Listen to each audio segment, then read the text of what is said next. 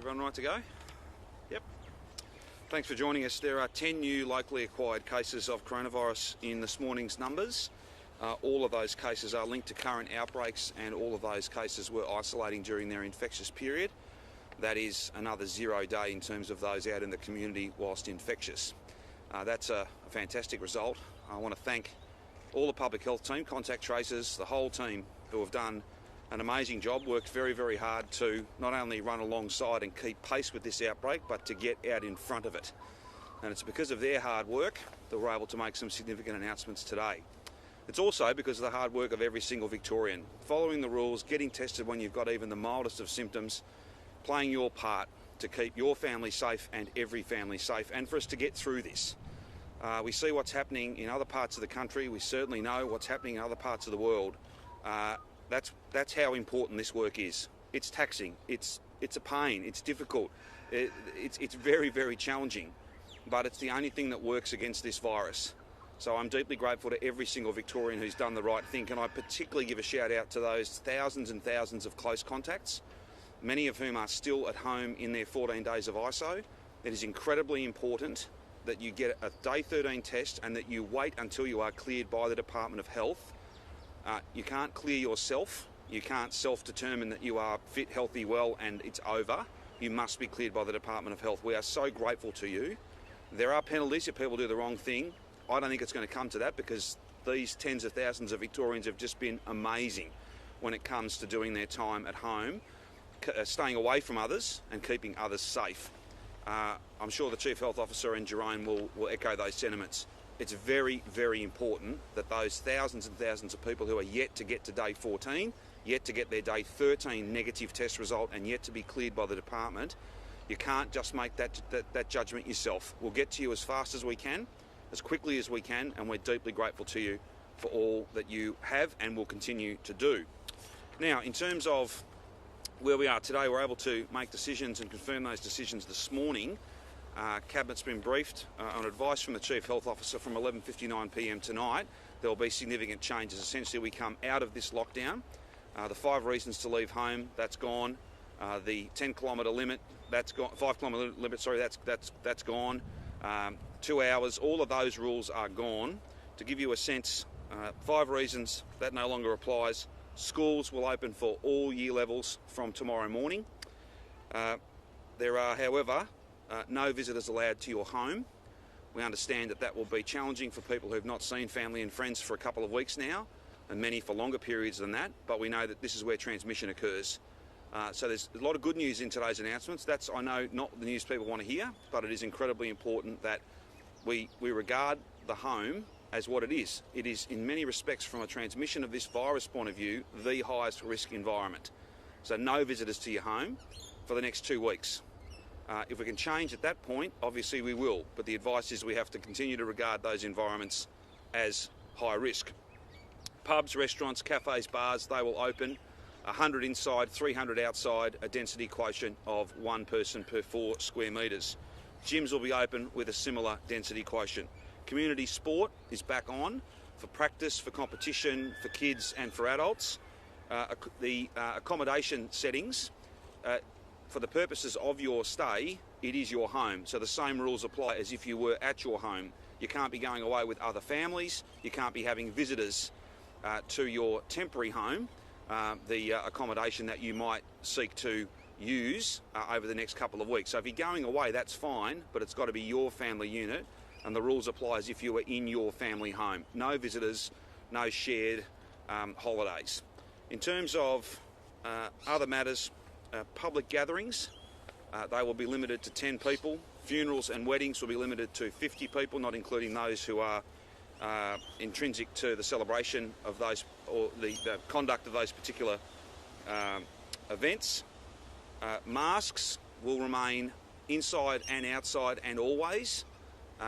The Burnet Institute released some very thorough work that they had done just in relation to last year, and they attributed something like 40% of our success last year to the wearing of masks.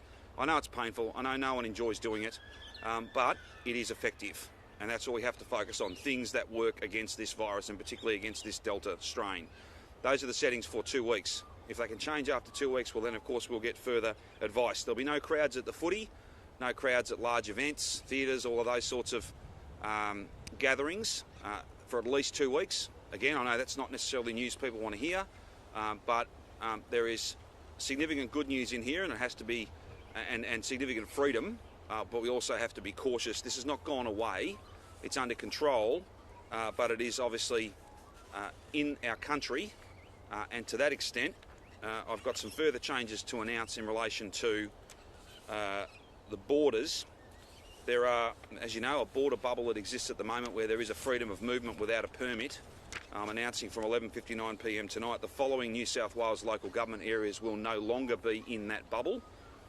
The municipalities of Wagga Wagga, Hay, Lockhart and Murrumbidgee, they will no longer be in the bubble, and if you want to travel to Victoria from those 4 local government areas you would need a permit, and as you know we're only granting permits for those who are approved workers, and even only then when it is absolutely necessary.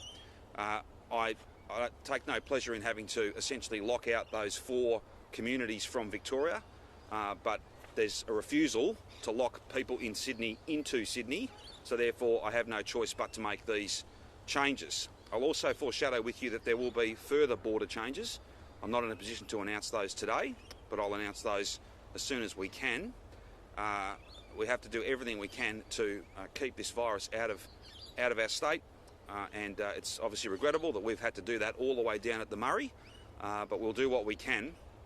I can't control the settings in capital cities other than our own, but these are the rules and these are the changes that we have made. Just finally, in terms of offices, 25% back to the office. If you can work from home, then you should.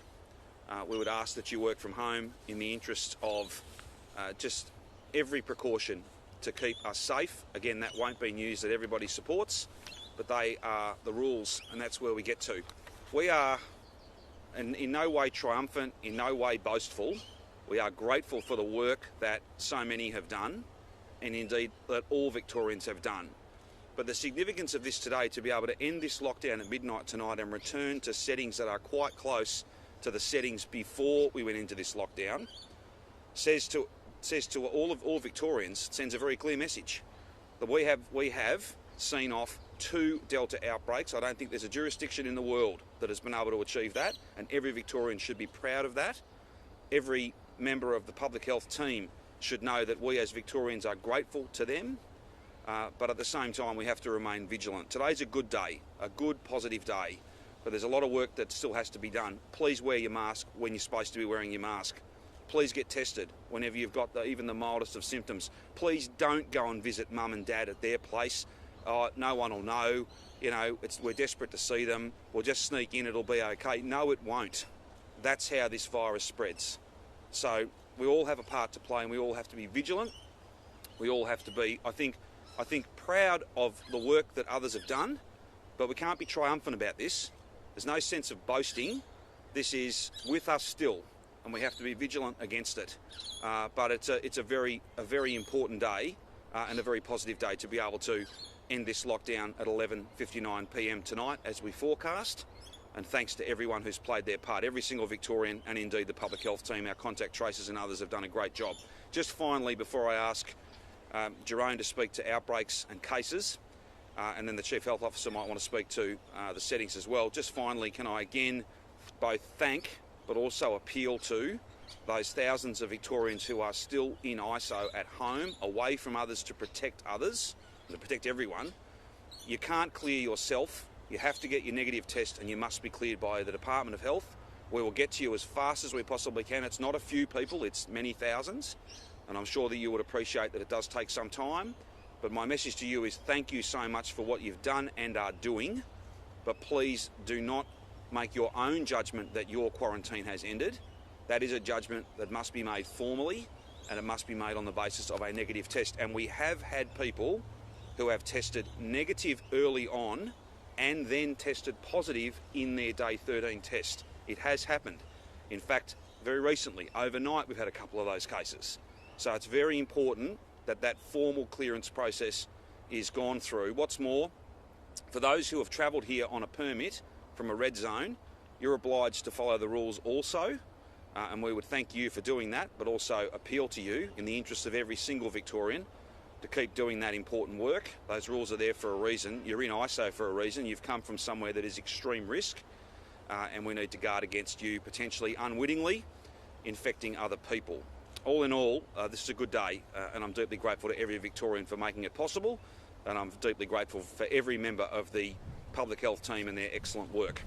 Not over though. We've got to be vigilant against this virus, particularly this Delta strain, in the days, the weeks and the months ahead until we get as many people vaccinated as we possibly can. That is some time away.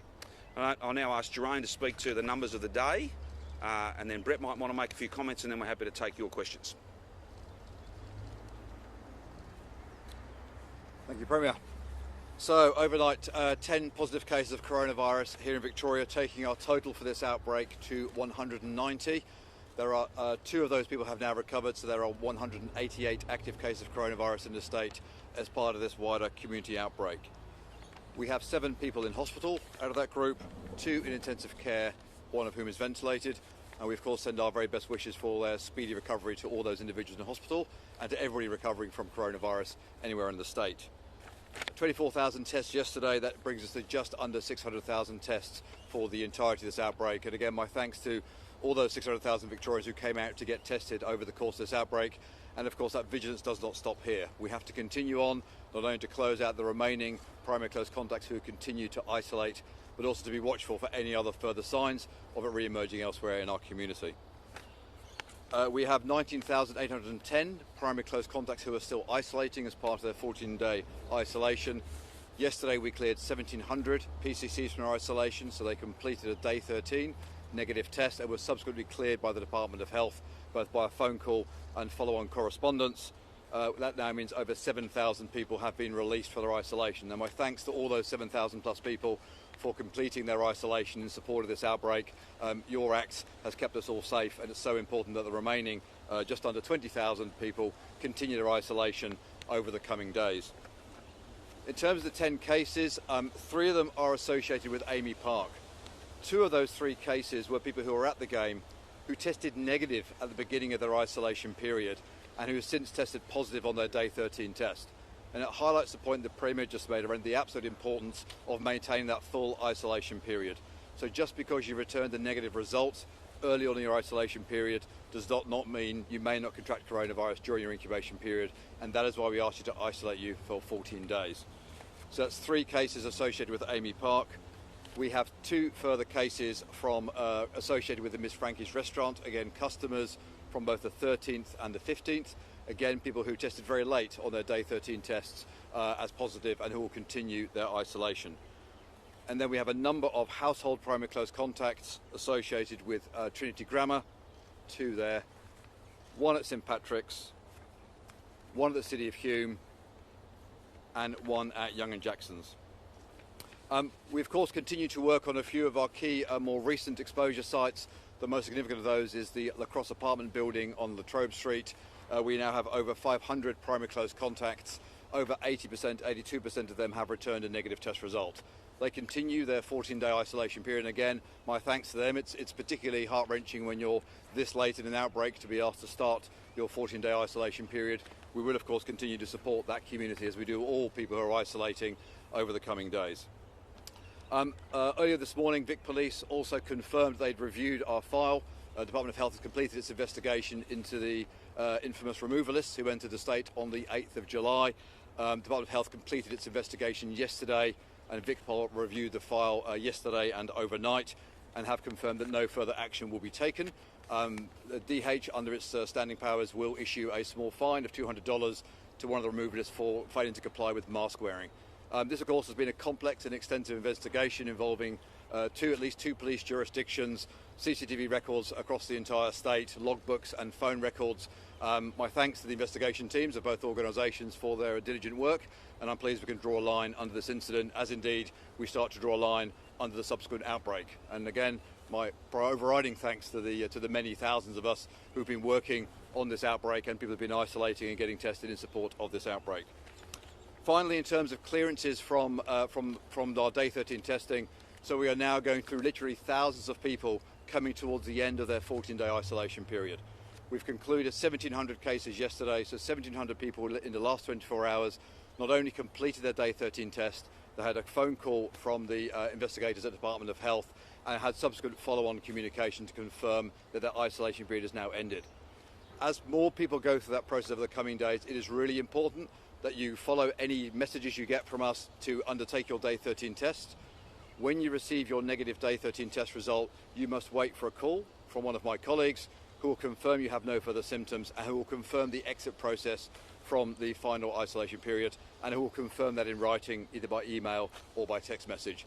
It is so important we complete that final end process. This is like the swimming races. It's a hard finish to your isolation. Please don't just bail out at the last little bit because you think it's probably over by now. This is probably the most critical stage. With a number of cases overnight turning positive at their day 13 tests, it is so important that we ensure that the remaining 20,000 people really complete their isolation period and we have no further risk of onward transmission. I'll hand over to Brett for his comments and then we'll take questions. Brett. Thanks, Jerome. There are three things that have put us here today in this positive position. Firstly, fast and thorough contact tracing, which built a ring fence around social, casual, household contacts. Obviously the lockdown, which stopped any further spread in some of our riskiest settings like gatherings in the home and in dining venues. And then the commitment of every Victorian to follow the rules and stay COVID safe, including those 40,000 people who've been quarantining as primary and secondary close contacts. With each of those components working together, we're here on the cusp of containing our second Delta outbreak, this one being a really significant one with close to 200 cases. But we can't call it mission accomplished yet. We can't forget that the Kappa outbreak in May kicked off 13 days after the Woollett case from South Australia. We had 13 days with no indication of cases, and then a really significant challenge in that Kappa outbreak that had a Delta outbreak to manage in the middle of it. What we can do is take some cautious steps forward following our hard reset. Let me make a number of points around the directions that I intend to sign, which are outlined online. You won't, as the Premier said, you won't need a reason to leave home. When you do leave, you can travel any distance in Victoria. And so although you can't visit homes, if there are loved ones that you haven't seen, see them in a park, go for a walk outside, wear a mask and catch up with them. But please don't visit homes. That rule is very important. That's where 80% of transmission is happening in Sydney right now. It's where most transmission happens in normal circumstances. And we've seen it from the most recent days where cases turning positive now have been the household contacts of our existing cases. So the restrictions on gatherings in the home remain. You can't have people over. Masks will still be required indoors and out unless an exemption or exception applies. That's the simplest thing we can do. It is very effective. In places like retail settings, in hospitality settings, at religious gatherings, it's good to welcome people back, but you do need to check in everywhere and every time, and please don't attend if you're unwell. People will be free to visit the ski fields again, but due to the higher risk in these settings, an entry into Victoria's alpine resorts will require that COVID test 72 hours before you visit. So you need that negative before you go up to the alpine resorts. Schools are returning. If you have to wear a mask at school, you must. Workplaces can also return, though people should continue working from home if they can. And again, masks must be worn indoors in those offices. This is a greater step forward than we've had in previous outbreaks, but it's a step we can take as long as we're fulfilling our obligations to each other. In particular, that relates to all of those people in quarantine now.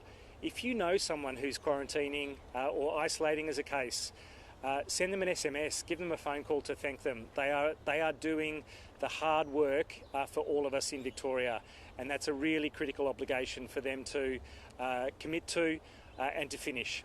We have talked about the fact that you can get that negative test early on. You must do that 14 days of quarantine, get that final negative test and the clearance from the department before you can be released. But you have protected us all, and my thanks go out to you. You've given up your freedom that we can have the freedoms that we're starting with today. So we give you our absolute thanks, our respect and our gratitude. Finally, as the Premier intimated, there are changes to our border settings because our border with extreme risk zones needs to be as secure as possible to minimise the risk of further incursions. So from 11:59, those local government areas of Wagga Wagga, Hay, Lockhart and Murrumbidgee are excised from the New South Wales side of the cross-border zone. They clearly push deeper into New South Wales, and so they are at risk of potential cases emerging there. So residents in these LGAs have been able to use the border bubble arrangements without a permit, subject to conditions, but now they'll be subject to the conditions of that extreme risk zone, and so won't be able to enter Victoria without an exemption or without another valid permit, such as a transit or specified worker permit. We know that's going to impact people's lives. We will work with them to answer any questions that they may have. Enforcing that domestic border is not an easy task. We are tied together.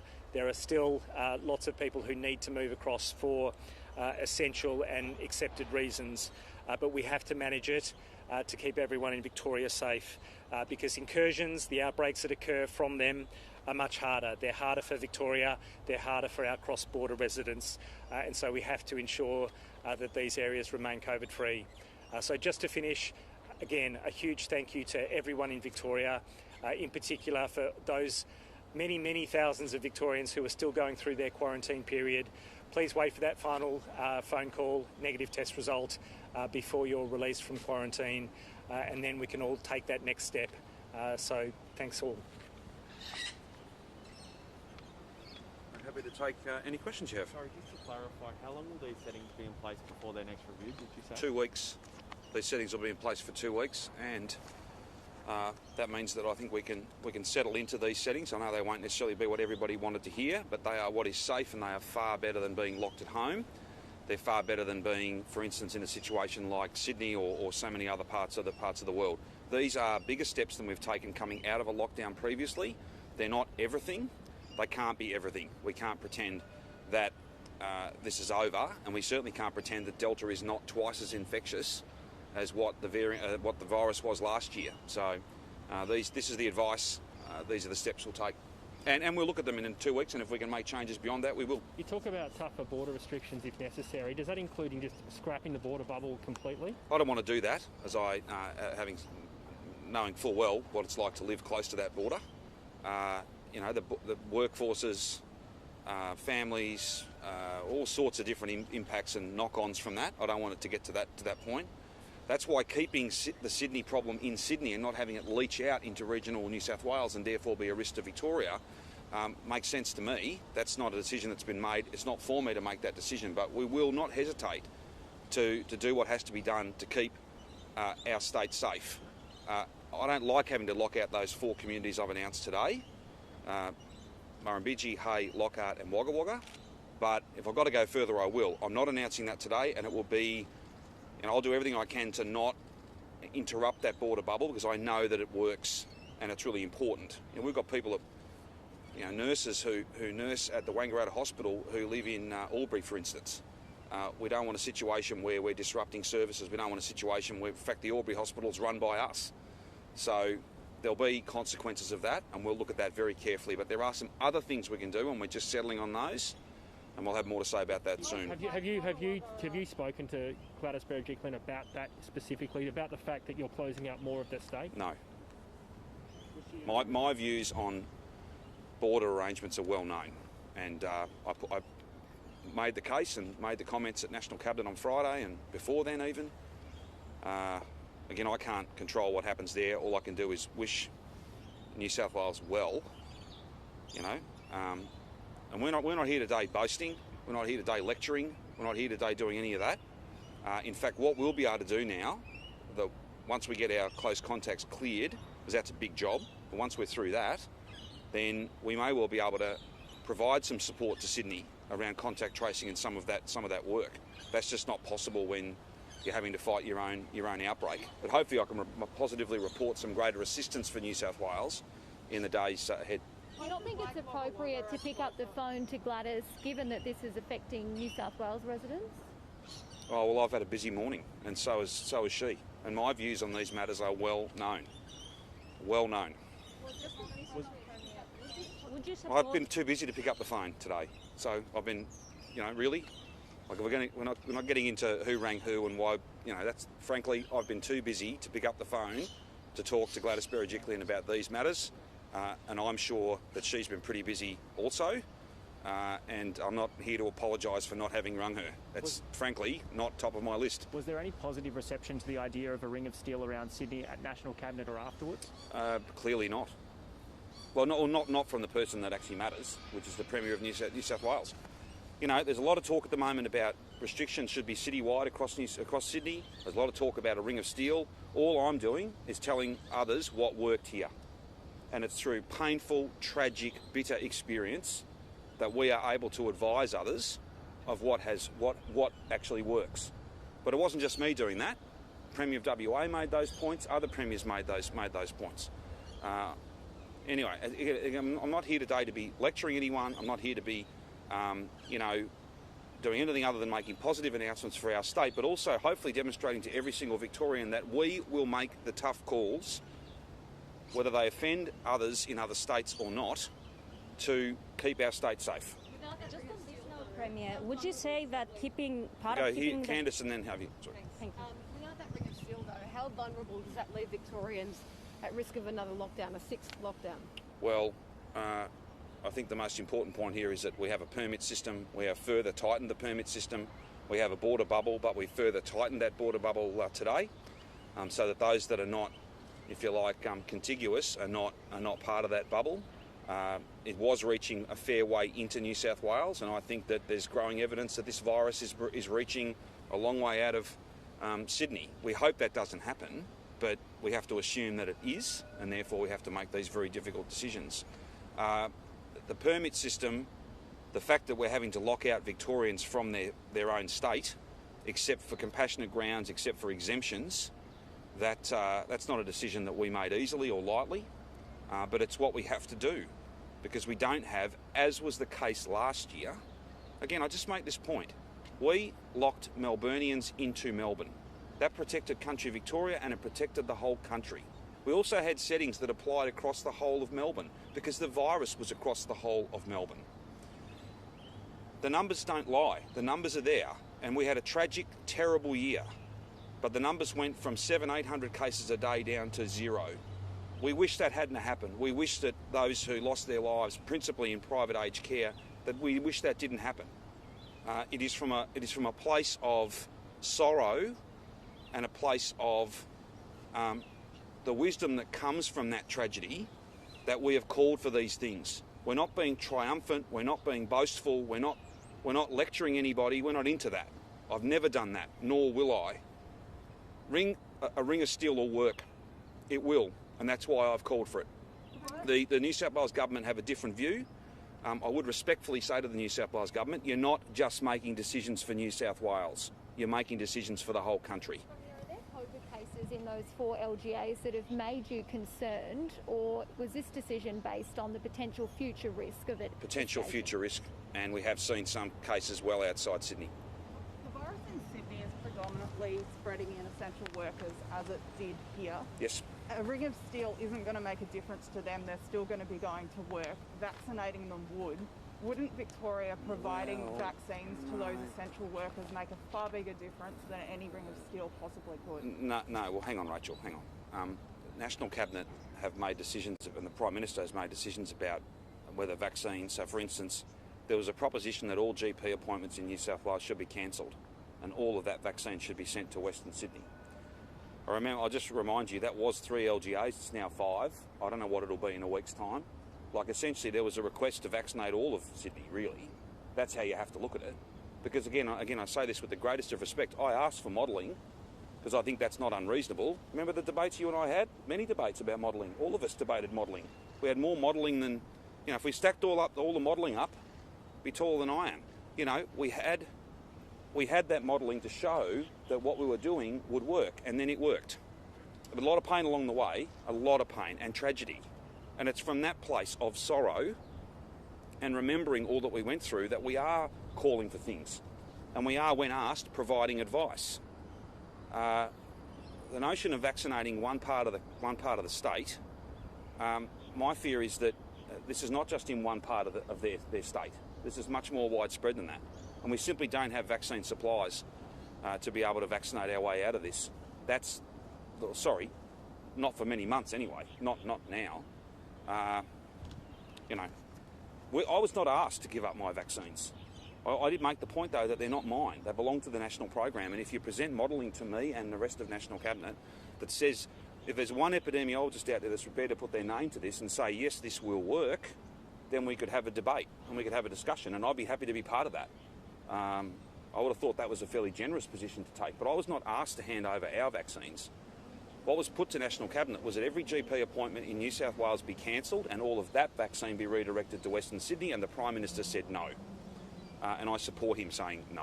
Just on the Ring of Steel, on the 7th of July last year when we went into stage 3 lockdown, we had 7 cases in regional Victoria. Yep.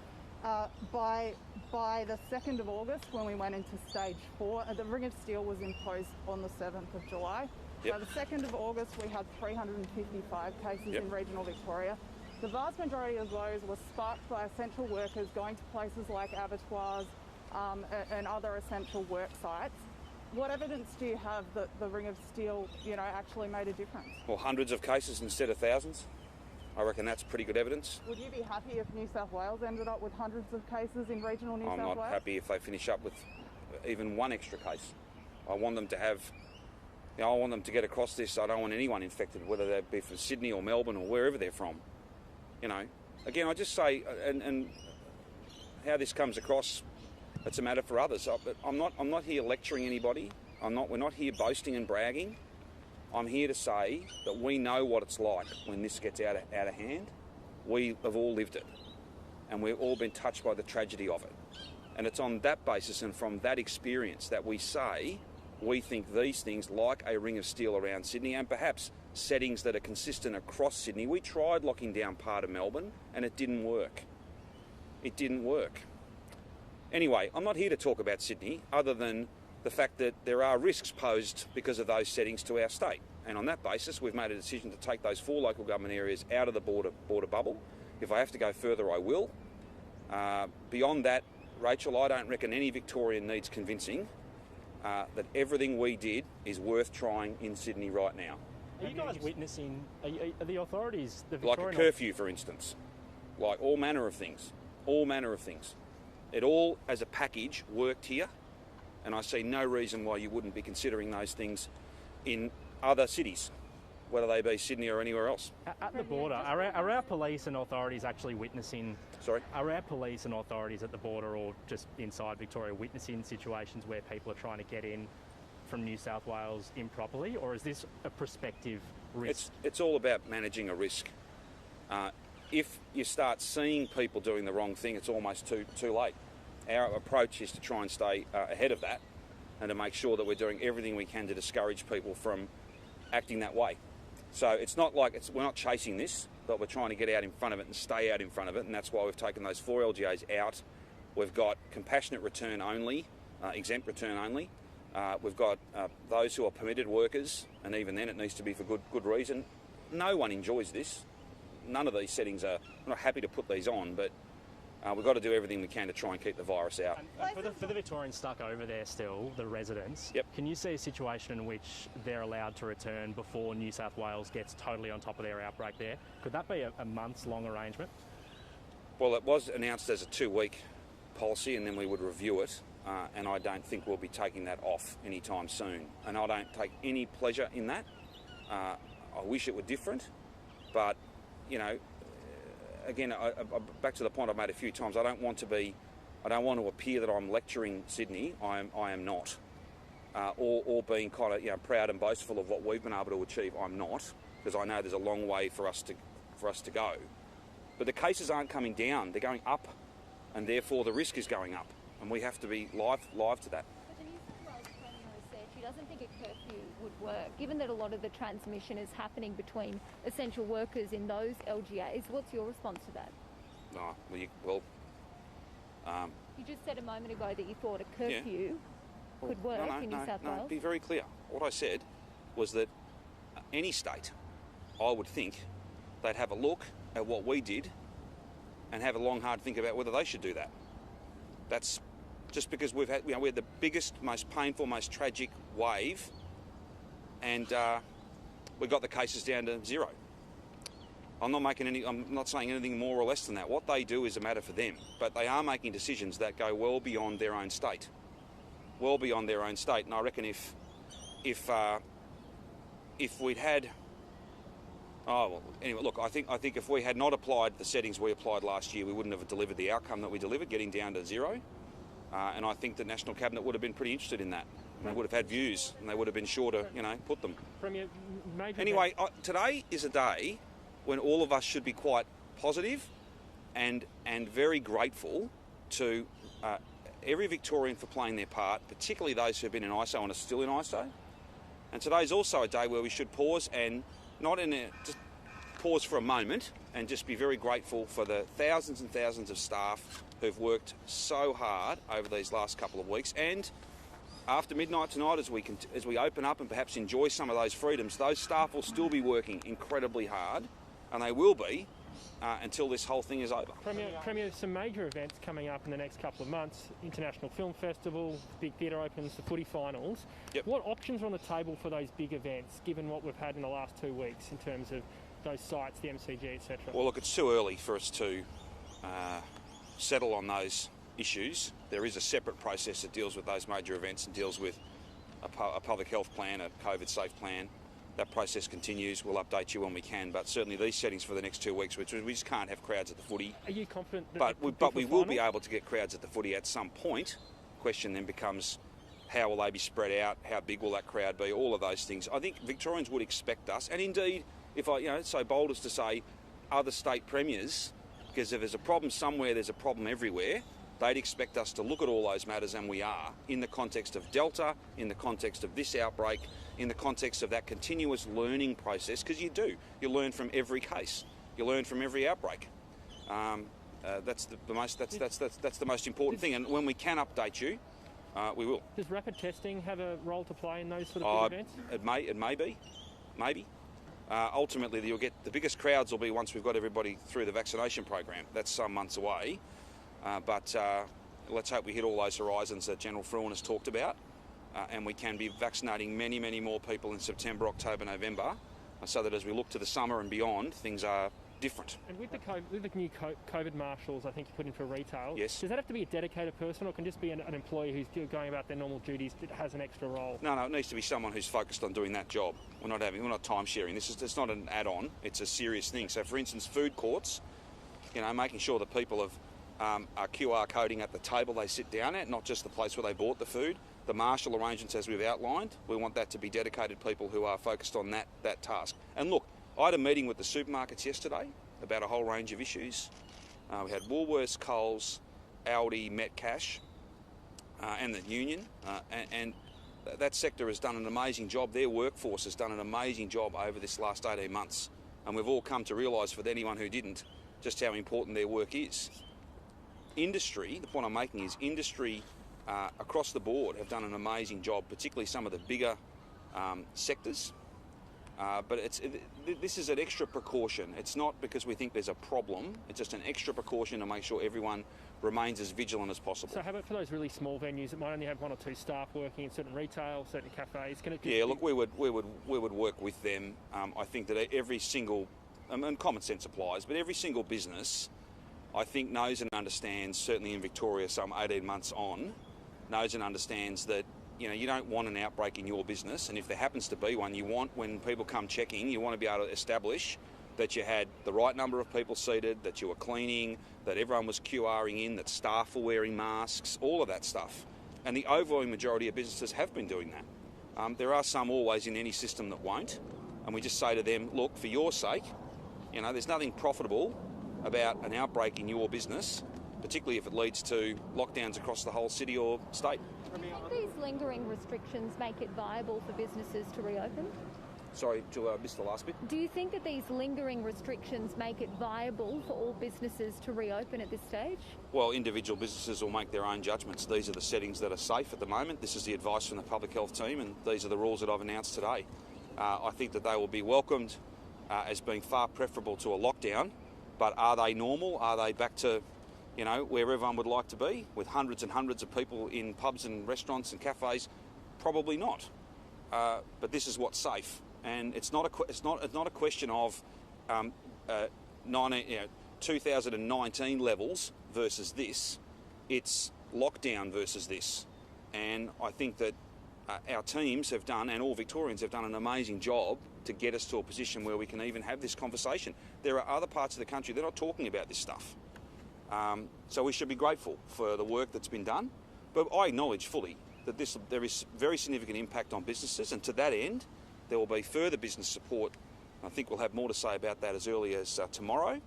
I'll be speaking with the Prime Minister later today. I know Tim Pallas has spoken with Treasurer Frydenberg overnight, and I think there's every chance that we'll have a significant package of further support on top of what we've already done, which we may be able to announce as early as tomorrow. Premier, on the removalists, are you disappointed that they're not being charged? Oh, look, I'm not giving them a lot of thought, frankly. We have changed the rules so that can't happen again.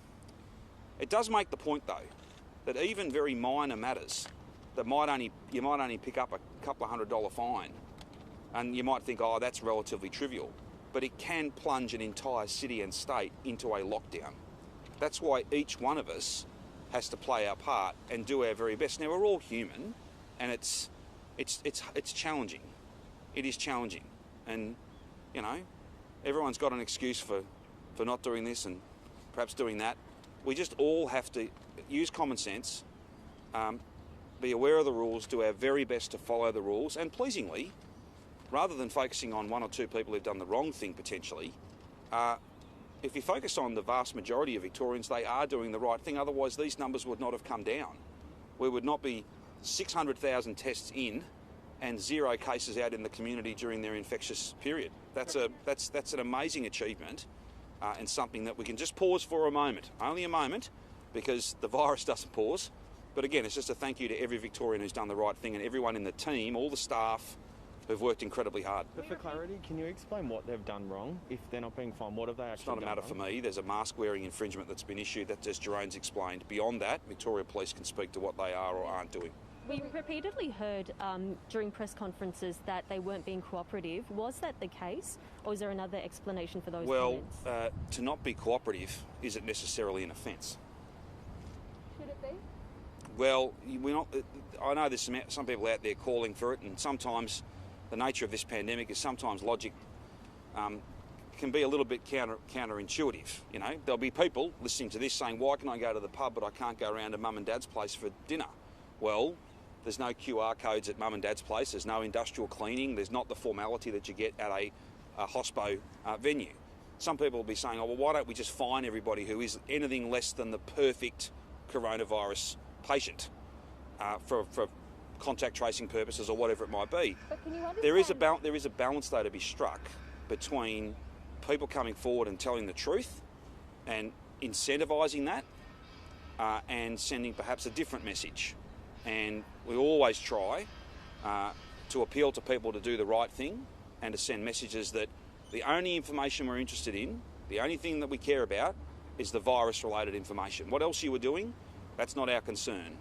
And frankly, fines might make all of us feel a little bit better, but the value, $1,500, 10 grand, whatever it might be for these people, is nothing compared to the value of information that's provided by literally hundreds and hundreds, thousands in fact, of people that are interviewed during every outbreak. But can you understand why some Victorians are frustrated when we were told that the book would be thrown at these removalists?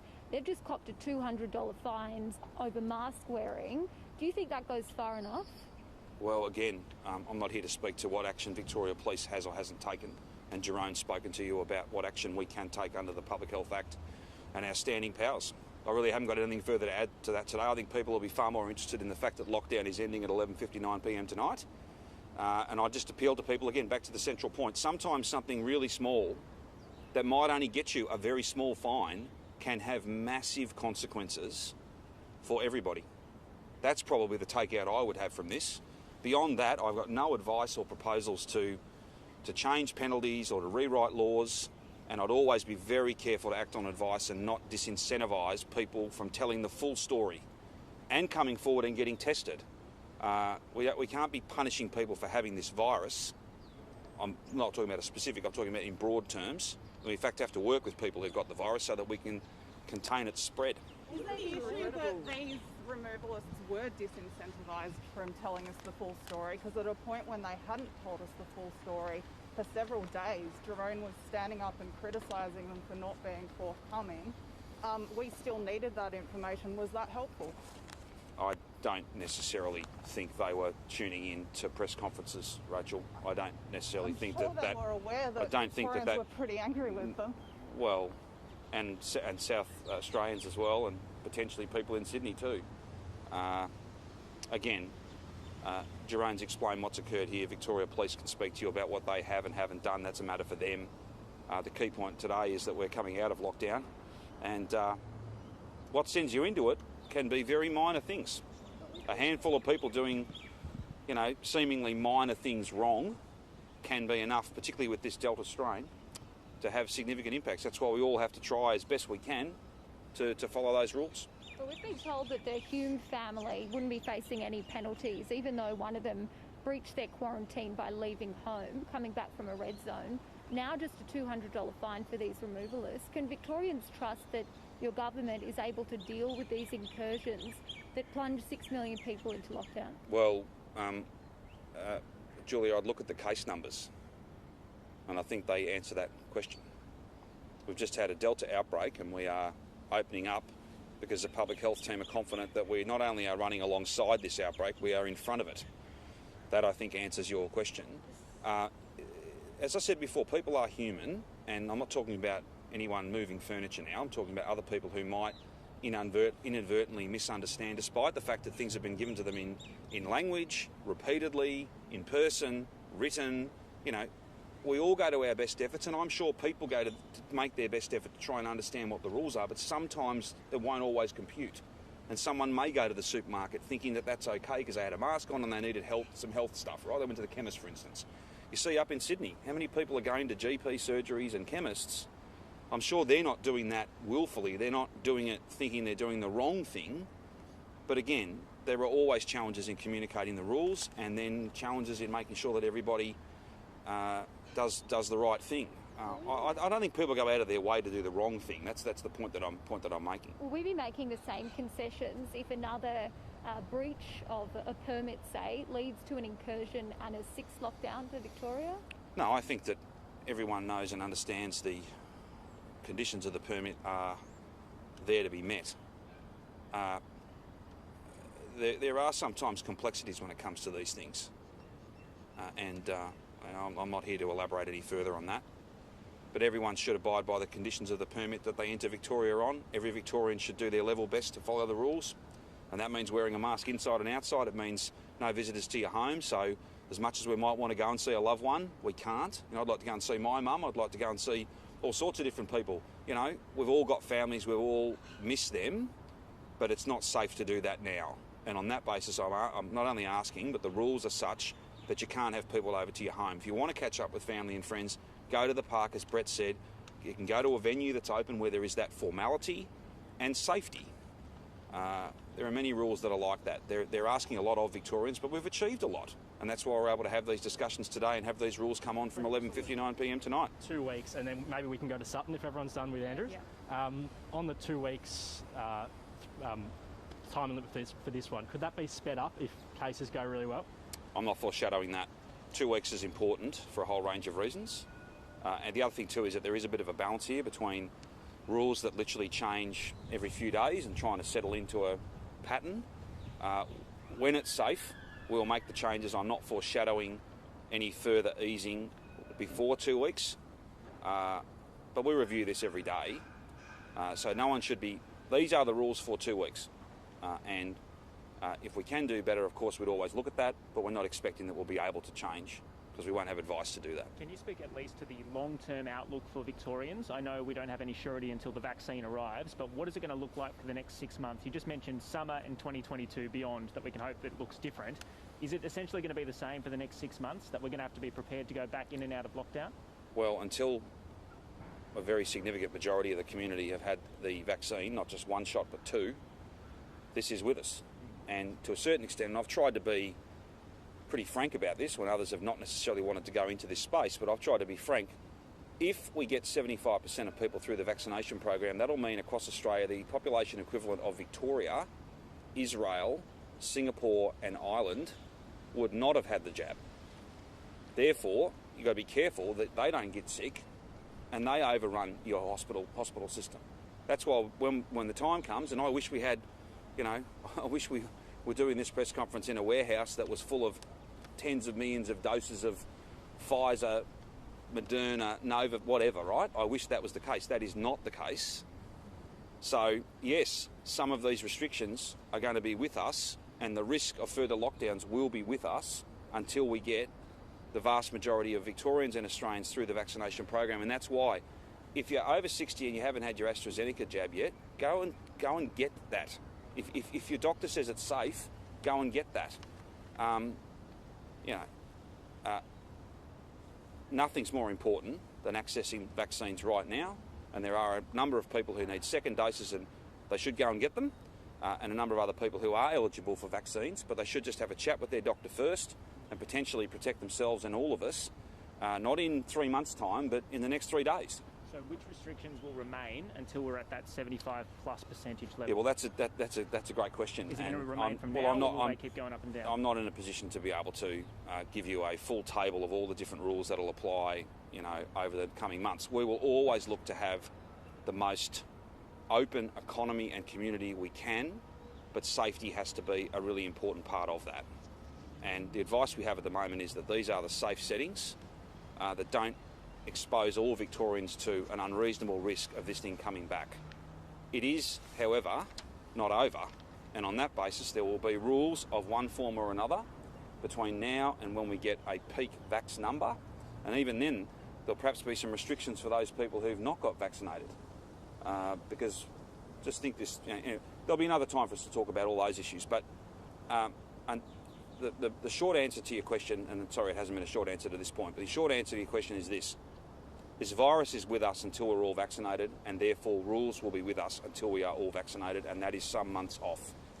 But what we've shown, with 6.5% economic growth and 250,000 jobs, we can recover and we can push forward even while the virus is here, and we're intent to do that. And that's why tomorrow, in a further addition to our jobs plan, the Treasurer will speak to additional support that guarantees people's employment. Do you think some states should start opening their borders to Victoria from today, tomorrow, in light of today's... I've never really been one to tell states when to open and not to open. They make those judgments based on public health advice, and I would think as they see the position stabilise here, they see yet another day of, yes, extra cases, but none of them in the Victorian community, none of them are risk to public health, then those decisions will flow in a pretty orderly way.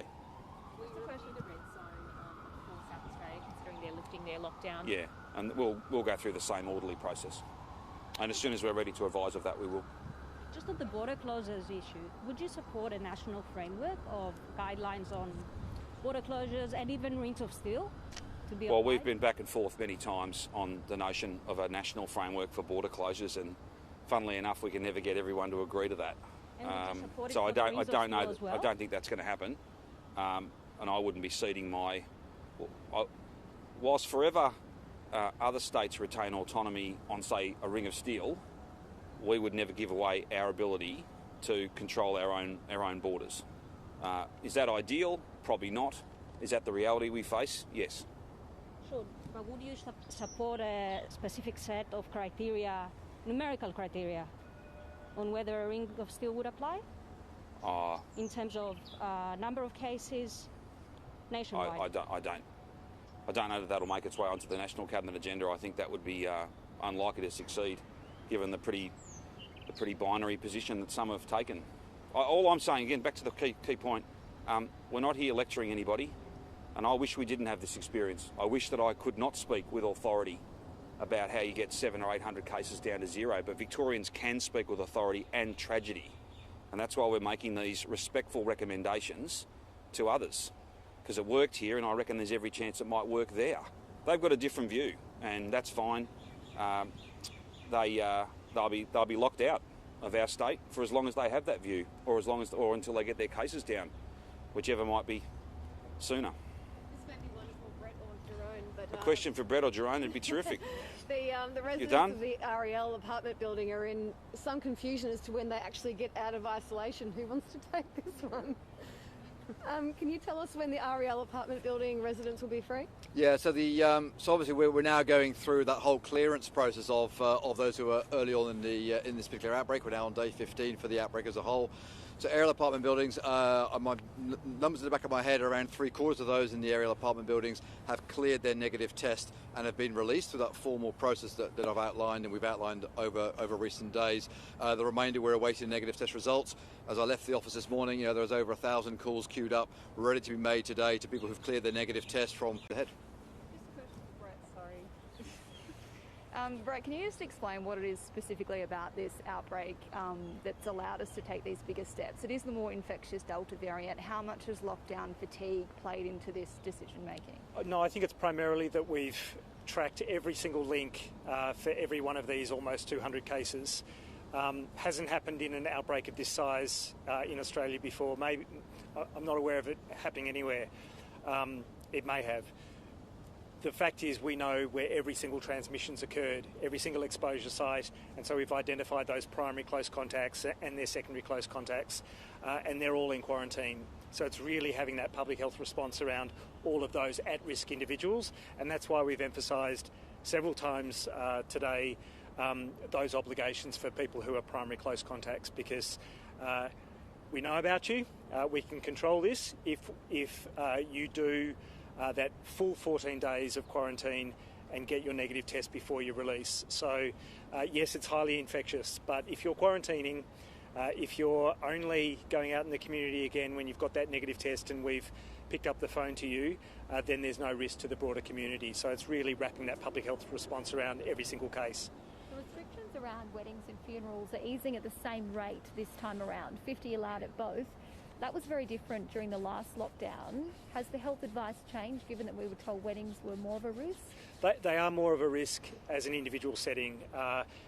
They're still not as great as the gatherings for community sport, for example. But the confidence we have around managing these cases and allowing some of those other settings to have 100 indoors, 300 outdoors, is for the reasons that I just provided to Bridget, that we're controlling those cases that we know are absolutely at risk.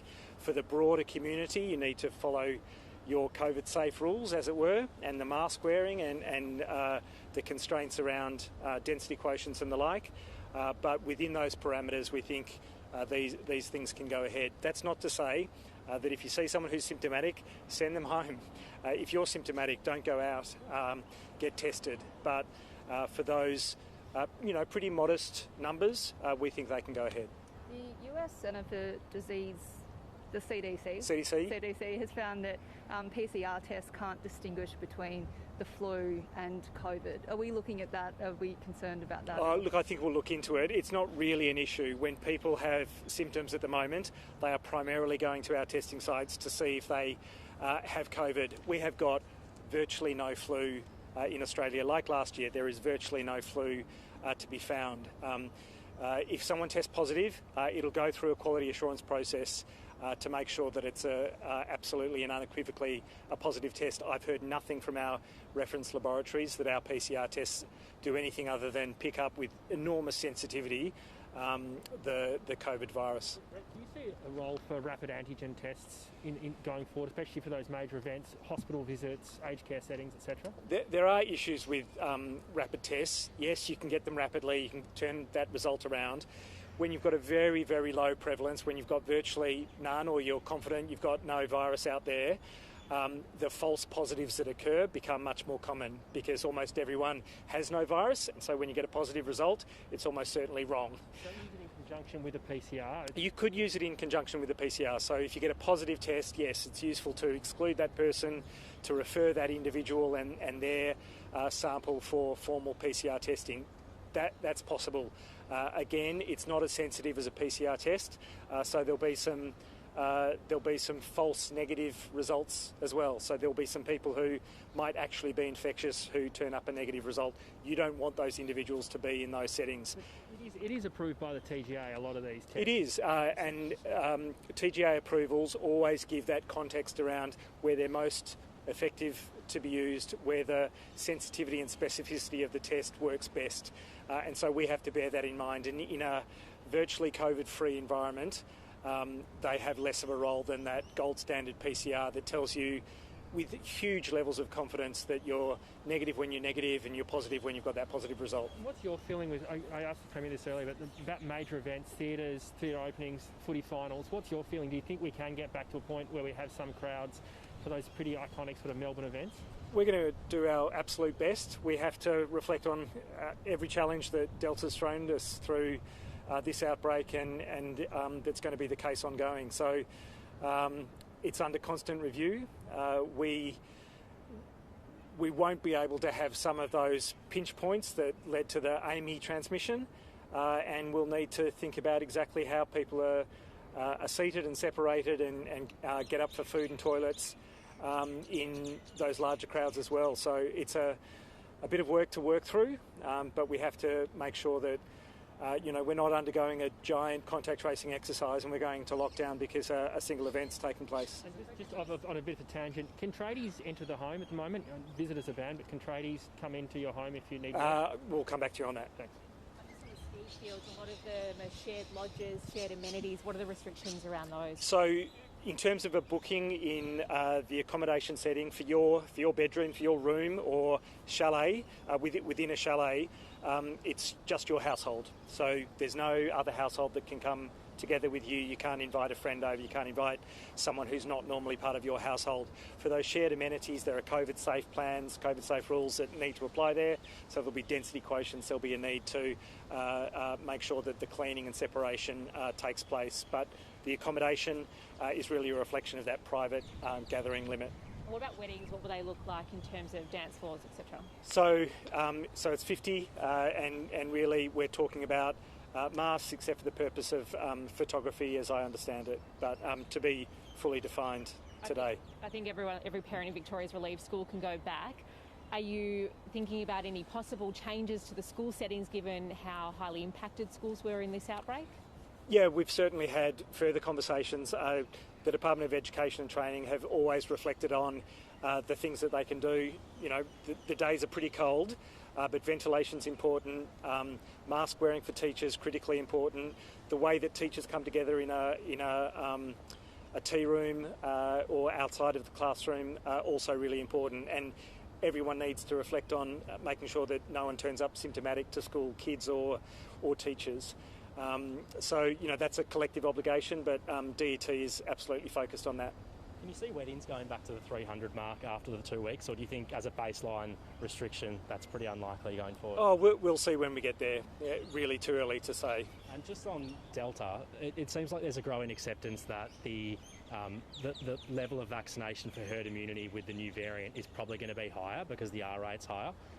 I don't know if you've put a number on it previously, but do you accept that number is going to probably be above 75 or 80 with Delta now? Yeah, it certainly looks that way. It's a more infectious virus. You need higher vaccination coverage to drive that transmission potential down even further, and we've seen cases spike in Israel, the UK, many of the states in the US because of that Delta variant, despite the high or relatively high vaccination coverage. So we need to aspire to the highest possible vaccination coverage. We need to keep our fingers crossed for more vaccines for even younger kids to be approved globally and then through our TGA. But it's a good sign that the Pfizer vaccine's gone through the regulatory approval process and for review by ATAGI for kids 12 and above. That's another piece in the protection against, Delta variant and any other variants that might come. That probably pushes us well into next year with baseline restrictions then before herd immunity in Australia, right? Herd immunity is theoretical at the moment. We need to see what we get to. Yeah, we need to aspire high. It's going to take longer with a more infectious variant, but it also emphasises that there are other measures that we'll need to consider, like mask wearing, like the COVID-safe behaviours that we've made part and parcel of our lives. Are we going to be wearing masks forever if we can't reach herd immunity? I don't know. I hope not. There are not just new variants coming. There are new vaccines under development. They're going to be tailored to the new variants as they arise, and they will have potentially much better activity, not just for protection from severe illness, but for that transmission potential. And so as they, and this is why mRNA production capability in Melbourne is so critical. What if that facility works on a vaccine for a new variant that is more protective than anything we've seen? That will change the herd immunity threshold and make it lower and much easier. What do you make of the Grattan Institute pushing for the $1 million vaccine lottery? $1 million? The vaccine lottery, the Grattan Institute was... I'm not sure. I think we need to keep open minds around all of the things that might incentivise people to get vaccinated. There are still, as we've said previously, there are still millions of people who are just waiting in the queue, really ready to get vaccinated. And for anyone who's thinking they should wait, I'd say come forward now. That urgency has been made clear through the New South Wales outbreak, and that's clearly what they're calling for in New South Wales. I'd say the same in Victoria. You don't know what challenges we'll face in weeks or months to come, and if you're eligible now, please come forward. What do these rules mean for hospital visits, Brett? Hospital visits are still constrained. We can give you the specifics, but it's really a limitation that we've seen previously. And in terms of, I know not as many people in the community would care about what happens here in Parliament as well as in Canberra. Are you happy with MPs heading back to work next week, and same for travelling up to Canberra? We usually get a bespoke question and provide bespoke advice for Parliament, but there's every likelihood that if they have to return to work face-to-face that we can make arrangements to allow that to happen. Well, we'll see. We haven't had the question raised yet, and we'll work through it. Wasn't our last outbreak Kappa? The last outbreak was Kappa. It's fair to say, Kappa is B1617.1. Delta is B1617.2. They share many of the same mutations. They are very similar in terms of their infectiousness. Delta has become the predominant global variant, and it's displaced Kappa, so we don't see so much how it behaves in the world. It's probably just a little bit less infectious, but the challenge was profound with Kappa, and we saw it. We saw how it moved. So we shouldn't say that we defeated an easy target in the Kappa variant. We did extraordinarily well to get on top of that, and there was a Delta outbreak in the middle of that that we also managed, and that wasn't just a few cases. That was a dozen or so cases between households and workplaces and school.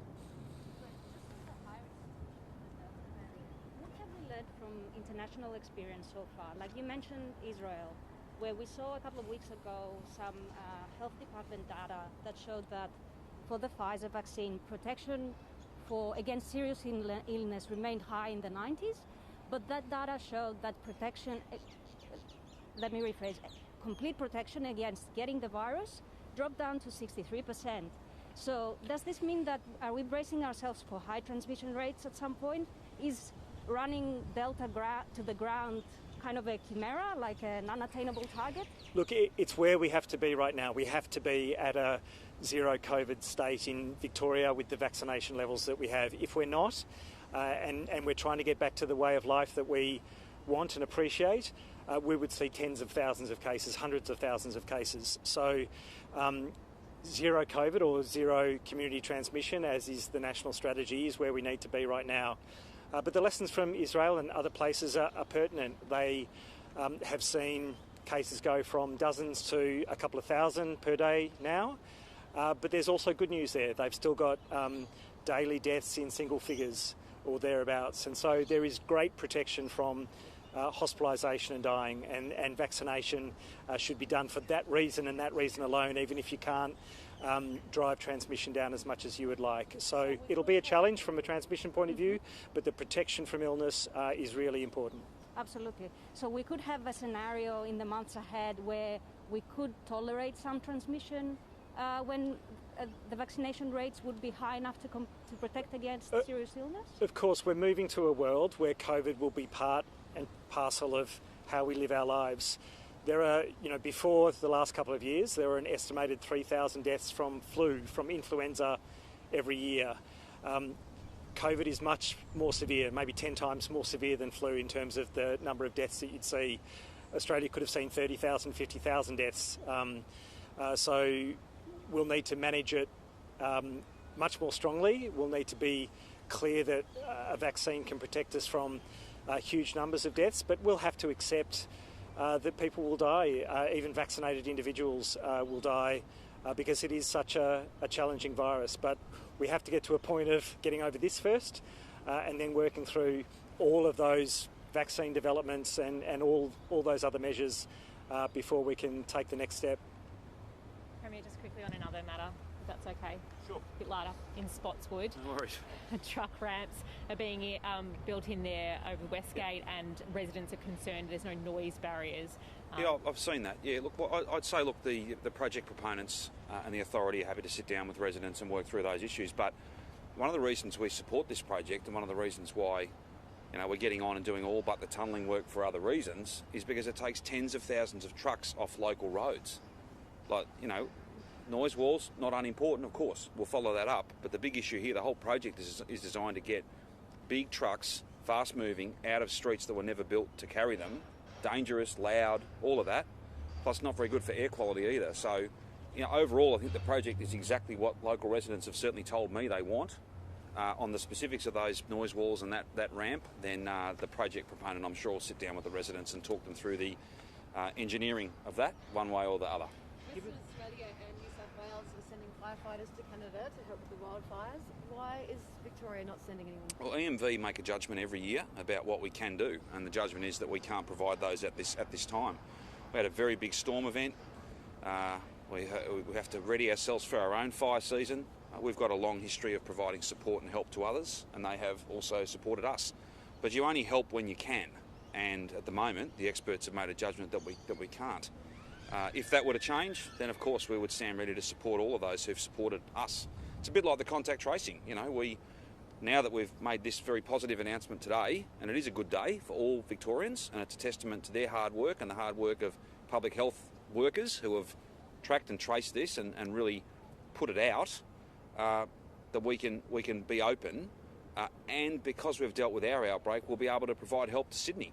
And I'll be really pleased to be able to do that. But I can only do that when it's possible. When it isn't, we can't. Just curiously, the Amy Park and the way transmission happened there at the gates. Yep. Did the COVID Safe Help app from the Commonwealth help at all in hindsight? Did anyone there have it on their phone? Did it pick up anything? I don't think. I stand to be corrected, but I don't think we've had any cases in Victoria. If we have, it's a very small number that have been picked up by the app.